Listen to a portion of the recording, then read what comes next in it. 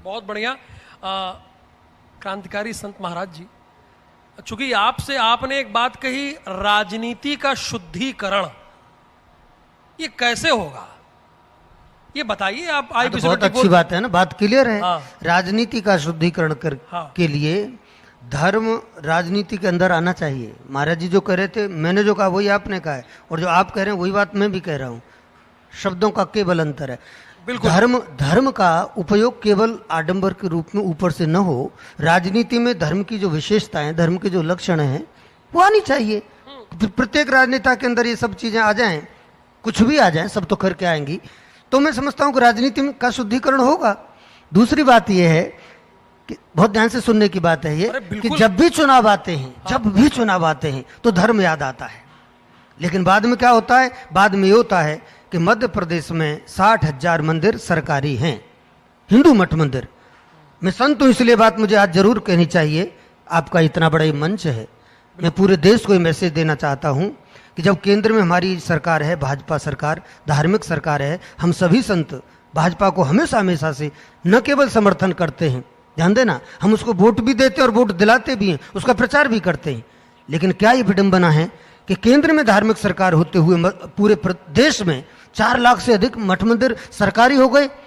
उस देश में, जिस देश में एक संविधान है, उस देश में मस्जिदों के लिए अलग से व्यवस्था है, मुसलमानों के लिए वक्फ बोर्ड बना हुआ है, उनकी सारी प्रॉपर्टीज वक्फ बोर्ड के अनुसार संचालित होती हैं, और हिंदुओं के जो मंदिर थे उनको सरकारी कर दिया गया। तो एक देश में ये 2 व्यवस्थाएं क्यों? अगर इस देश में एक भी मस्जिद सरकारी नहीं है, एक भी गिरजाघर सरकारी नहीं है, एक भी जैन मंदिर सरकारी नहीं है, एक भी गुरुद्वारा सरकारी नहीं है, एक भी चर्च सरकारी नहीं है, तो फिर एक भी मंदिर सरकारी नहीं होना चाहिए, क्योंकि ये संविधान की भावना के विपरीत है। क्या संविधान ये कहता है कि सरकार या कोई भी राज्य किसी धर्म पर इस प्रकार का हस्तक्षेप करे? क्या संविधान आपको अनुमति देता है कि धर्म को आप चलाएंगे, मंदिरों को आप चलाएंगे? क्या संविधान हमको अनुमति देता है कि कलेक्टर मंदिर का प्रबंधक होगा? क्या संविधान हमको अनुमति देता है कि महाकाल मंदिर की समिति का अध्यक्ष कलेक्टर होगा? क्यों होगा?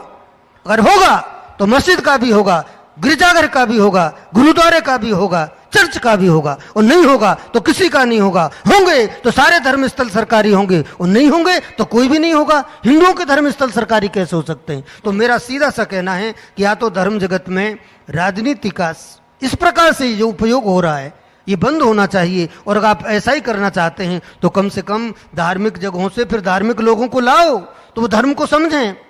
और धार्मिक जगहों पर आप बताइए कि एक तहसीलदार का धर्म से क्या रिलेशन है, जो महाकाल का प्रबंधक प्रशासक बन के बैठता है?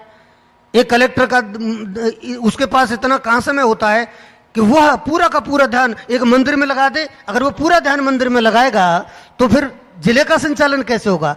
इसका तात्पर्य होता है कि हम कहीं ना कहीं गलती कर रहे हैं। हमको या तो मठ मंदिरों को की व्यवस्था सिर्फ धार्मिक लोगों के हाथ में सौंप देनी चाहिए। संतों के तो भाई संतों ने चलो धर्म के लिए अपना जीवन दिया है, तो कम से कम जो धार्मिक जो विभाग है, जैसे धर्मस्व विभाग है, उसको तो आप संतों को सौंपो।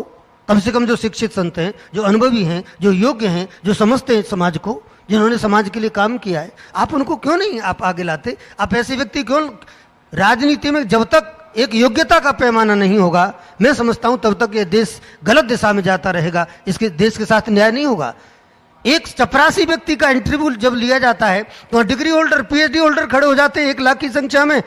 जहां 100 पद होते हैं, 1 लाख लोग, 5 लाख लोग फॉर्म भरते हैं, उसमें पीएचडी होल्डर तक होते हैं। एक पियोन के लिए वहां टेस्ट होता है। जब एक पियोन को जहां गेट पर बैठना है उसके लिए टेस्ट हो रहा है, तो मैं समझता हूं जिसको एक विधानसभा को चलाना है, जिसको एक लोकसभा को चलाना है, जिसको पूरे देश को चलाना है, जिसको संविधान बनाने की, संविधान में संशोधन करने की इजाजत है, अनुमति है, वहां बैठना है, तो उस व्यक्ति को योग्य होना चाहिए, पढ़ा लिखा होना चाहिए। ठीक है। और दूसरी बात, जो सच्चे अर्थों में समाज की सेवा करना चाहता है। हम लोग कहते हैं साहब हम तो जनप्रतिनिधि हैं, जनता की सेवा करने के लिए आए हैं, तो जनता की सेवा करने के लिए आए हैं तो जिस दिन पहली बार आपको टिकट दिया गया था उस दिन आपके पास क्या संपत्ति थी, और 5 साल बाद आपके पास क्या संपत्ति है, इसकी जांच होनी चाहिए। महाराज श्री, मैं आपको क्षमा चाहता हूं, रोकना चाह रहा हूं, चूंकि आपने कहा हमारी सरकार। हाँ, अगर संत भी पार्टी पकड़ लिए तो इस देश का क्या होगा? बहुत मतलब अच्छा, बहुत अच्छा, आपने बहुत कहा अच्छा, हमारी बहुत सरकार, अच्छा, बहुत हाँ और उसके बाद कई मुद्दे बिल्कुल, उठा दिए। हाँ, तो फिर बिल्कुल। जब आपकी सरकार, तो हाँ, डबल इंजन की सरकार डबल- आपकी है ना भाई, हाँ, डबल इंजन तो की- क्यों सवाल उठा रहे हैं फिर आप? सवाल- कहिए उनसे आप।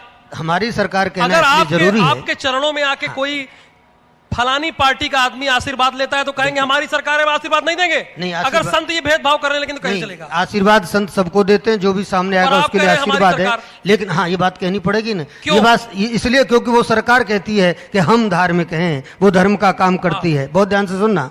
लेकिन हम उसको और अधिक धार्मिक बनाना चाहते हैं। इसका तात्पर्य ये है, इतिहास में जैसे कांग्रेस की सरकार करीब 60 वर्ष से अधिक कांग्रेस ने राज्य किया, लेकिन ये हमारे जितने प्राचीन धर्म स्थल हैं, क्या कभी इनका विकास कांग्रेस ने किया? नहीं किया। सरेआम दिल्ली में, दिल्ली गेट पर करपात्री जी महाराज जब गौरक्षा के लिए अभियान करने लगे तो गोलियां चलाई गई, संतों की लाशें वहां बिछा दी गई। कहने का तात्पर्य, एक सरकार ऐसी है जो संतों की लाशें बिछा रही है, दूसरी सरकार ऐसी है जो मंदिर बनवा रही है।